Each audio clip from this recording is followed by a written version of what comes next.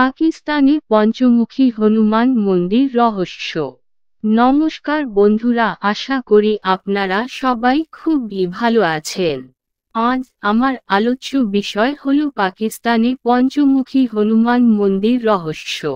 পাকিস্তানে পঞ্চমুখী হনুমান মন্দির রহস্য সম্পর্কে জানার জন্য আপনাদেরকে এই ভিডিও শেষ পর্যন্ত দেখার অনুরোধ রইল।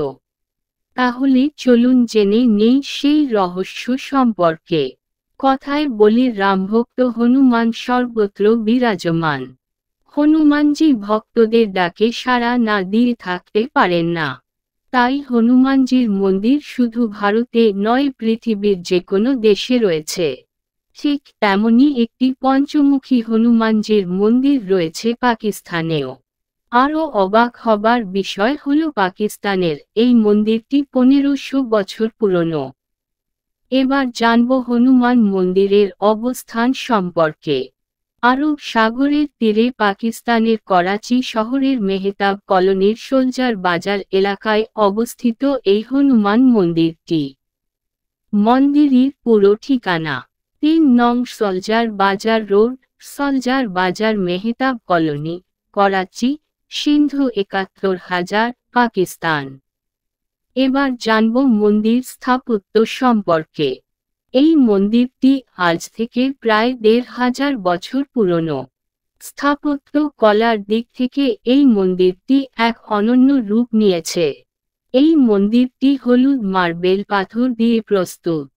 মন্দিরটি 18 শতকে আবার পুনর্নির্মিত করা হয়। মন্দিরটিতে হনুমানজি ছাড়াও আরও অন্য হিন্দু দেবদেবীর মূর্তিও রয়েছে। প্রতি বছর এইখানেই ধুমধাম করে হনুমান জয়ন্তী পালনও করা হয়। এবার জানব হনুমান মূর্তির সম্পর্কে। এটি হনুমানজির একমাত্র মন্দির যেখানকার মূর্তিটি সম্পূর্ণভাবে প্রাকৃতিক, কোন মনুষ্য সৃষ্টি নয়। নীল ও সাদা এই 8 ফুট মূর্তিটি বহু শতাব্দী আগে পাওয়া গিয়েছিল, যেখানে মন্দিরটি এখন দাঁড়িয়ে আছে। এটি পঞ্চমুখী হনুমানের হনুমানজির 5টি মুখ অর্থাৎ রূপই বর্তমান, যথা হনুমান, নরসিংহ, গরুড়, বরাহ ও হায়গ্রীব বা অশ্বরূপ। রাবণ ভ্রাতা মা ভবানীর ভক্ত অহিরাবণ দ্বারা রাম ও লক্ষ্মণজিকে অপহরণ করে নিয়ে পাতালপুরীতে নিয়ে গেলে হনুমানজিও পৌঁছে যান পাতালে তাদের উদ্ধার করতে। সেখানে 5 দিকে 5 দ্বীপ একবারে নেভাতে হতো হনুমানজিকে অহিরাবণকে হত্যা করবার জন্য। সেই 5 দ্বীপ নেভানোর জন্যেই হনুমানজির পঞ্চমুখ ধারণ। হনুমানজি এই পঞ্চমুখ ধারণ করে ওই 5 দ্বীপ নিভিয়ে অহিরাবণকে হত্যা রামজি ও লজনজিকে মুক্ত করে নিয়ে আসেন। এবার জানব মন্দির নিয়ে ঐতিহাসিক গল্প কথা সম্পর্কে। মন্দির নিয়ে স্থানীয় এক গল্প কথা প্রচলিত আছে। ওই স্থানে এক সন্ন্যাসী ধ্যান করতেন। সেই সন্ন্যাসীকে একদিন হনুমানজি স্বপ্নে দেখা দেন এবং নির্দেশ দেন যে ওই স্থানেই তার মূর্তি মাটির নিচে রয়েছে, সেই মূর্তি প্রতিস্থাপন করে পূজা করতে। সেই মতো সন্ন্যাসী পরদিন মাটি মাত্র 11 বার মাটি সরাতেই হনুমানজির পঞ্চমুখী মূর্তিটি খুঁজে পান। সন্ন্যাসী সেখানেই সেই মূর্তিটি স্থাপন করে মন্দির প্রতিষ্ঠা করেন। সেই মন্দিরটি আজকের করাচির পঞ্চমুখী হনুমান মন্দির। এই মতো অনুসারে এই মূর্তিটি প্রায় 17 থেকে 18 লাখ বছর পুরনো, কারণ সংঘর্ষের এই ইতিহাস ত্রেতা যুগের।